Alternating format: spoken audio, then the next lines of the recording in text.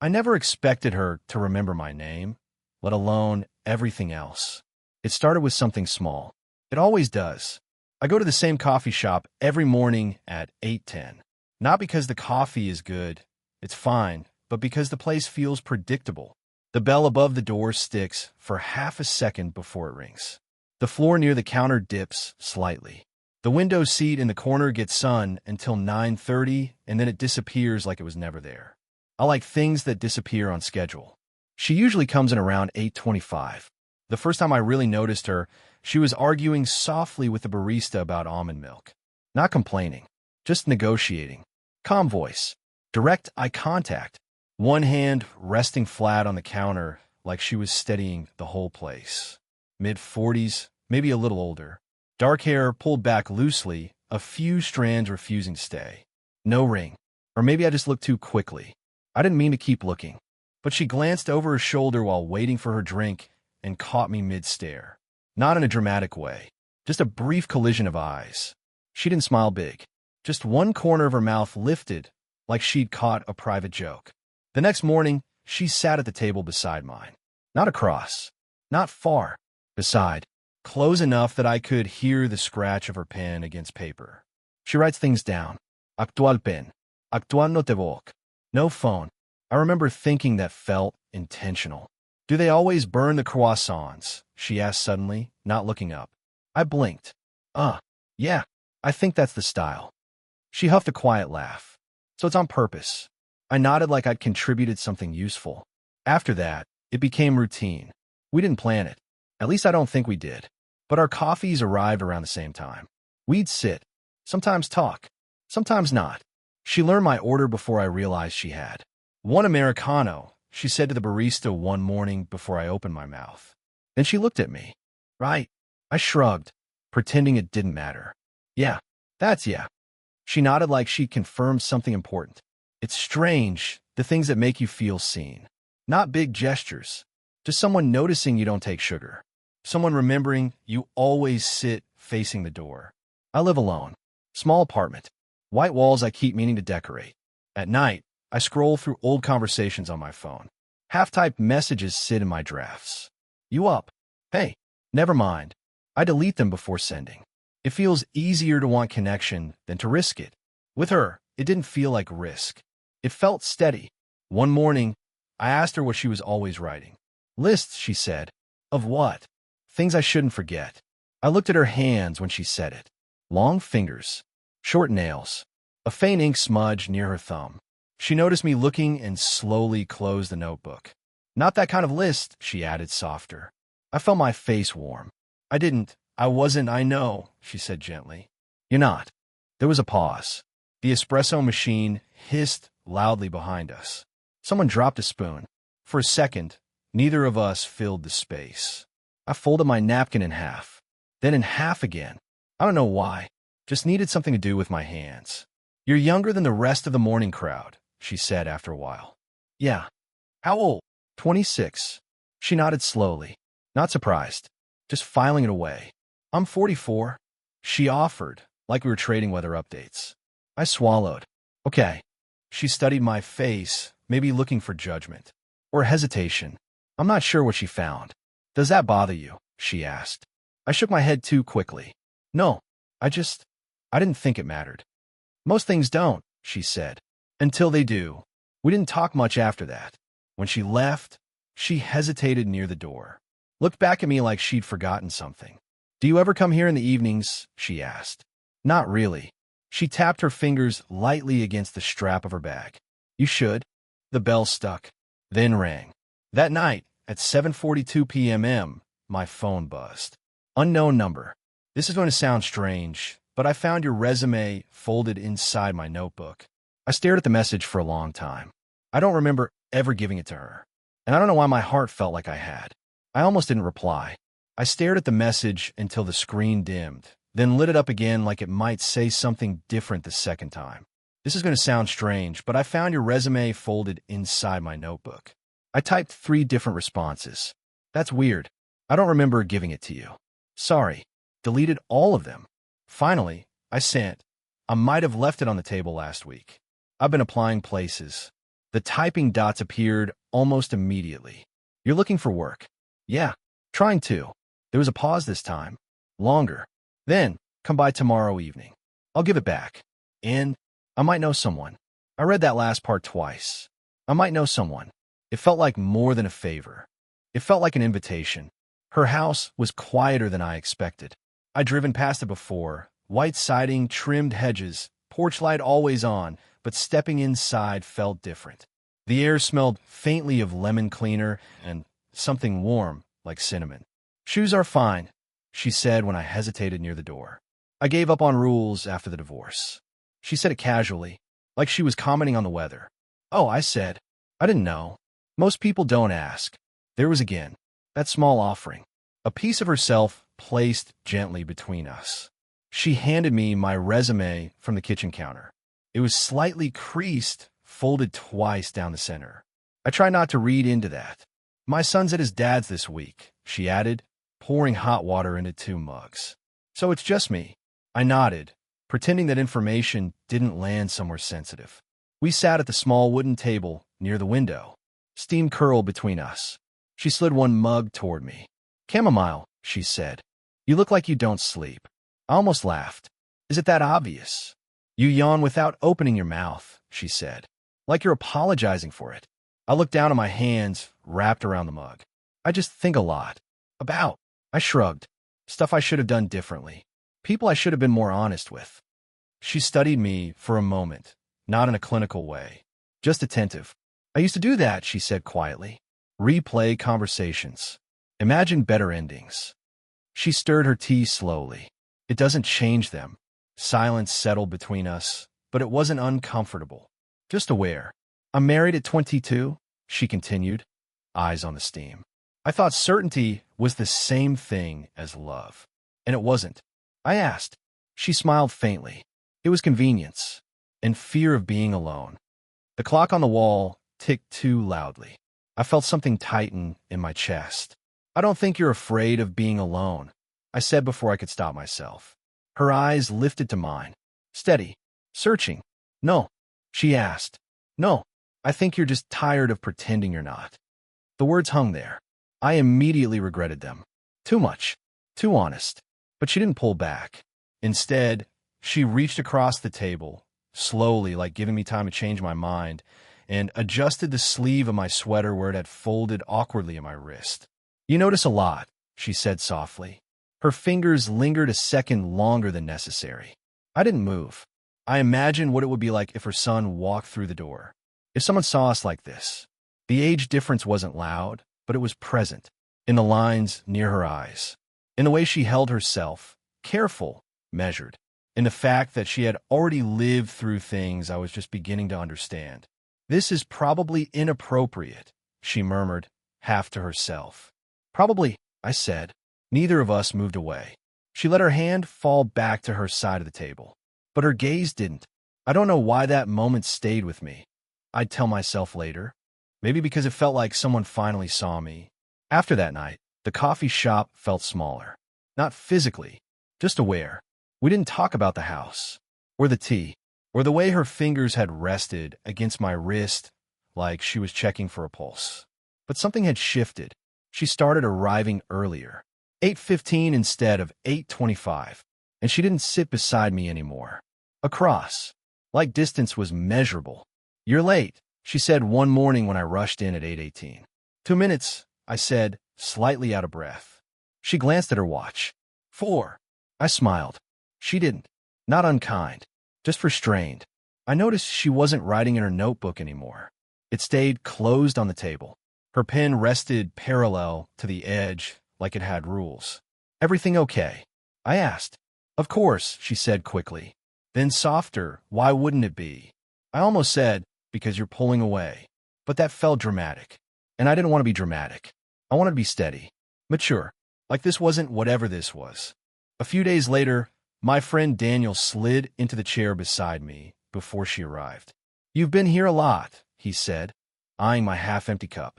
Yeah, for someone who hates mornings. I shrugged. He followed my gaze to the door just as she walked in. Oh, he said. Not loud. Just understanding. Don't, I muttered. I didn't say anything. He didn't have to. She noticed him immediately, hesitated for half a second before approaching. "Hi," she said, polite smile in place. "Daniel," he offered, standing slightly. "We've met, I think." Her expression flickered. "Recognition, right?" she said carefully. "You came over once. Years ago. Years ago. When I was still just a kid in her kitchen, stealing snacks from her fridge." Daniel looked between us. "Small world." "Not that small," she replied. She didn't sit that day. Said she had errands. Left her coffee half full. Daniel watched her go. "That's your friend's mom, right?" I didn't answer. He exhaled slowly. "Man, it's not like that, isn't it?" The bell stuck, then rang. The next time I saw her wasn't at the cafe. It was at the grocery store. She was in the produce aisle, turning an apple over in her hand like she was searching for something wrong with it. "Hi," I said. She startled. Actually startled. "Oh, you. You sound disappointed." "I sound surprised," she corrected. We stood there too long, surrounded by oranges and low instrumental music. "I think we should," she started, then stopped. "Should what?" She inhaled slowly. "Be careful." "About?" She looked at me like I was forcing her to say it. "My son," she said finally. "Your friend. People talk." Daniel already noticed. I felt something defensive rise in me. "We're just talking." "Yes," she said, "and it already feels like more." Silence. An employee wheeled past us with stack boxes. The world kept moving. "I don't want to be a mistake you make in your 20s, she added quietly. "Or a secret you regret." "You're not," I said too quickly. "You don't know that."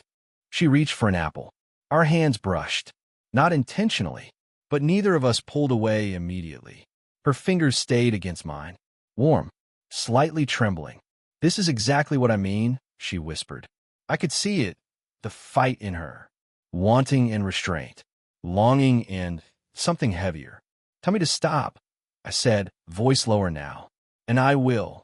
She looked at my mouth, just for a second, then back to my eyes. "I don't know if I want you to," she admitted. The space between us thinned. Not gone, just fragile. I leaned in barely, enough to feel her breath shift. And then she stepped back, not abruptly, not cruelly, just enough to remind us both where we were standing. I stopped going to the coffee shop. Not dramatically. I just didn't. The first morning felt strange, like skipping a step on a staircase. My body still woke up at 7:30. My hands still reached for my jacket. But I stayed home. Made instant coffee. Let taste bad. I told myself it was maturity. Distance. Respect. If she was trying to be careful, I could help. On the fourth day, she texted, "Are you sick?" I stared at it longer than I should have. "No, just busy." The typing dots appeared. Disappeared. Appeared again. Oh, that was it. Oh. The next evening, there was a knock on my apartment door. Soft. Measured. Like she was prepared to leave if I didn't answer. When I opened it, she looked smaller somehow. No muck-up. Hair loose. Hands tucked into the sleeves of a thin cardigan. "You forgot this," she said, holding up my folded resume. "I already have a copy." "I know." Silence settled between us in the hallway. My neighbor's TV hummed faintly through the wall. "You stopped coming," she said finally. "You said we should be careful." Her jaw tightened slightly. Careful doesn't mean disappearing. I looked at her then. Really looked. There were shadows under her eyes. "You were the one pulling away," I said. Not accusing. Just tired. I was trying to be responsible. And I was trying not to be a problem. The words landed heavier than I meant them to. "You're not a problem," she said quickly. Too quickly. "Then what am I?" She didn't answer that. Instead, she exhaled and nodded toward the stairwell. "Walk with me." It was late, but the air was still warm. We walked without touching. Not even close. A careful foot of space between us, like an invisible rule. "You think this is easy for me?" she asked after a while. "I don't think it's easy for either of us." She laughed softly. No humor in it. "You're 26. You have space to experiment, to make mistakes. And you don't. I don't get to be reckless anymore." We reached the small park at the end of the block. The benches were empty. A streetlight flickered overhead. She sat. I stayed standing for a second, then joined her. "My son trusts you," she said, eyes fixed ahead. "He talks about you like you're solid. Safe." "I am. I know." Her voice wavered slightly. That's the problem. I frowned. How is that a problem? Because I feel safe with you too. There it was. Not loud. Not dramatic. Just exposed. I swallowed. Is that so wrong? She turned to face me fully now, her knee almost touching mine. It's dangerous, she said. For me. For you. I repeated. Yes. A beat. Because I like how you look at me. The air shifted. I don't look at you any differently than… Yes, you do, she interrupted softly. And I don't stop you. Her hand rested on the bench between us, close enough that I could see the faint veins under her skin. I haven't felt, she stopped. Tried again. It's been a long time since someone made me feel. She cut herself off, shaking her head slightly. Made you feel what? I asked. She finally looked at me the way she had that first morning. Direct. Unhidden. Wanted.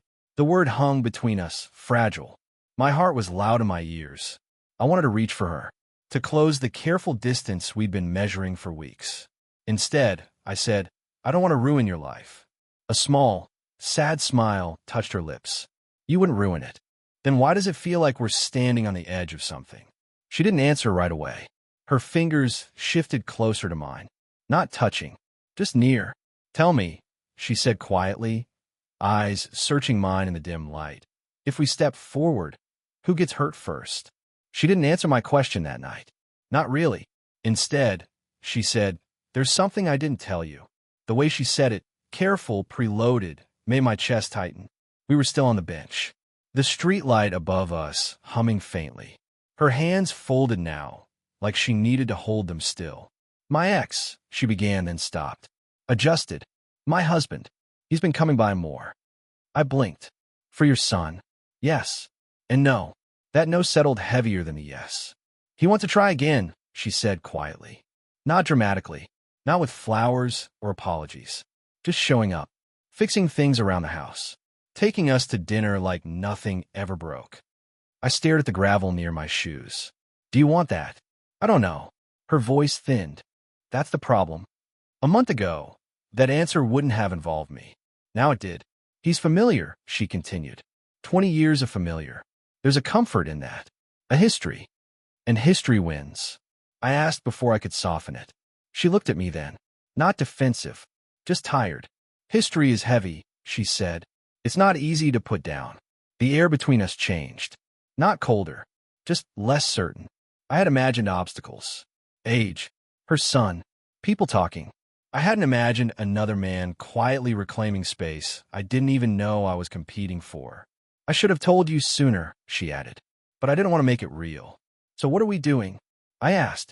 The word we felt exposed now. Like it didn't belong to us anymore. She rubbed her palms against her jeans. A nervous habit I hadn't seen before. I don't want you to be a reaction, she said carefully. Or a rebellion. Or proof that I still can. Proof of what? That I'm still wanted. The word again. I swallowed. I'm not trying to prove anything. I know. She nodded quickly. That's why this is hard. Silence stretched. A car passed. Somewhere a dog barked once, and then stopped. I need time, she said finally. There it was. The phrase people use when they're already halfway gone. How much? I asked. I don't know. I laughed softly under my breath. Not amused. Just disoriented. Hope it felt close. Close enough to reach for. Now it felt like something I'd imagined. We walked back without speaking. At her car, she hesitated, hand on the door. I don't regret meeting you, she said. That sounded too much like goodbye. I didn't ask you to, I replied. She nodded once, then got in. The next morning, I went to the coffee shop. I told myself it was habit. Routine, not hope. Her seat was empty. Not just empty, cleared. No note de voix. No mug. No faint trace of perfume in the air. I ordered my Americano. Sat facing the door. 8:25 came and went. I took out my phone. Typed, "Are you okay?" Deleted it. Typed, "Is he there?" Deleted that too. Finally, I don't want to be something you almost chose. I stared at the words. My thumb hovered over send. The bell above the door rang. I looked up too fast. Not her. Just someone else stepping into the morning like nothing had shifted. I didn't send the message. I didn't delete it either. I didn't feel heartbroken. I felt paused. Like life forgot to finish the sentence. She came back on a Thursday. Not at 8:25. Closer to 9, when a morning rush had thinned and the sunlight had already shifted away from the corner table. I was there. I hadn't stopped coming. I told myself it was routine, but it wasn't. It was stubbornness. Or hope. I'm not sure which one looks more dignified from the outside. The bell stuck, then rang. I knew it was her before I looked up. Some people enter a room quietly, but still rearrange the air. She looked the same. And not. Tired, maybe. Clearer. She saw me immediately. Didn't hesitate this time. Ordered her coffee, then walked over without asking if she could sit. Hi, she said. There was a small crease between her brows, like she hadn't slept much either. I met with him, she said. Of course she did. I nodded once. My hands were flat on the table, like if I kept them still enough, I could keep everything else still too. And I asked. She wrapped both hands around her cup, but didn't drink. He wants the version of me that existed before I learned how to be alone, she said. The easier one. I didn't interrupt. I almost said yes, she admitted, because it would have been simple. Familiar. My son would understand it. The neighbors would understand it. A faint smile. No one blinks when you go back to what you had. And I repeated, softer now. She finally looked at me. But I couldn't stop thinking about that bench, she said. About how you asked who gets hurt first. My chest tightened. I realized I wasn't afraid of getting hurt, she continued. I was afraid of choosing something that wasn't honest. The word honest settled between us. And what's honest? I asked. A beat. You, she said. Not dramatic. Not triumphant. Just steady. The espresso machine hissed behind the counter. Someone laughed too loudly near the door. The world didn't pause for this. It never does. You're younger, she said. That doesn't disappear. I know. My son might hate this. I know. I might wake up in a month and panic. That's allowed, I said. She searched my face like she was looking for cracks. Why aren't you running? I almost smiled. Because I don't feel reckless. I swallowed. I feel sure. The word scared me a little once it was out. She exhaled slowly, like she'd been holding that breath for days. I don't want to hide you, she said. And I don't want to rush you either. I don't want to be your rebellion. Or your experiment. You're not, I said quietly. You're just you. Her fingers moved across the table, hesitating for only a second before resting lightly against mine. It wasn't dramatic. No sparks. No sudden music in the background. Just warmth. I can't promise this won't be complicated, she murmured. I don't need simple, I replied. I just need real. She studied me one last time, like she was giving herself permission. Okay, she said. Just that. Okay. Her thumb shifted slightly against my hand. Not gripping, not claiming, just staying. And for the first time since this started, nothing felt paused. It felt chosen. We didn't tell anyone right away. Not because we were hiding, just because we were learning how to stand next to each other without flinching. The first week felt fragile, not secretive, just new, like walking on a wooden floor you don't fully trust yet. She still came to the coffee shop. 8:47 a.m. now. Not 8:25. Not 9. Somehow we both adjusted without discussing it. I'd already be there, black coffee in front of me, pretending to read something on my phone. The bell would stick, then ring. And I'd look up, not too fast this time. She'd sit beside me again. Not across. Our knees would almost touch. Almost. You look less tired, she said once, stirring her tea. You yawn without apologizing now, she added. I smiled into my cup. Progress. It wasn't fireworks. It was small recalibrations. Her son found out 2 weeks later. Not from us. From the way she said my name differently when I was in the room. He didn't yell. That would have been easier. He just looked at me for a long time. Hurt, maybe. Confused. You? He asked her quietly. Yes, she said. There was a long silence in her kitchen. The same kitchen where I used to stand awkwardly at 16, waiting for pizza rolls to finish. I'm not replacing anything, I told him. It sounded insufficient even as I said it. I know, he replied, and somehow that made it harder. It took time. Time and uncomfortable dinners. Time and careful conversations. Time and space. But he saw what I eventually saw too. She laughed more now. Not loudly. Just freely. Like she wasn't measuring herself against the room anymore. One evening, months later, we walked back to that same bench. The street light still flickered. You remember what you asked me here? She said. Which part? She smiled. Who gets hurt first? I nodded. And I asked. She sat down, smoothing her hands over her coat. I think we both did. A little. That's not a bad answer. No, she agreed softly. It isn't. There are still complications. Age doesn't vanish because you decide it doesn't matter. Some mornings she worried about the future in ways I didn't yet understand. Some nights I felt the weight of being the younger one in rooms full of her history. But it wasn't sharp anymore. It was shared. Sometimes we stayed in. Chamomile for her. Black coffee for me. Even at night, even though she said it was a terrible habit. You'll regret that, she'd murmur. I probably will. We didn't rush milestones. Didn't dramatize anniversaries. Didn't post photos for approval. We just kept showing up. And one morning, almost a year later, I realized something. I wasn't sitting facing the door anymore. I turned my chair slightly toward her without thinking. She noticed. You're not watching for exits, she said quietly. Guess not. She reached over, adjusting my sleeve the way she had the first night at her house. The same small, unnecessary gesture. Only this time, it wasn't charged. It was familiar. I used to think I'd share my heart with the wrong girl. Turns out, I just hadn't known what the right kind of love felt like yet. It wasn't loud. It wasn't easy. But at 8:47 a.m., with the sun just missing our table and her knee resting steadily against mine, it felt like something that chose us back. Did this story stay with you? What kind of quiet, real love stories do you want to hear next?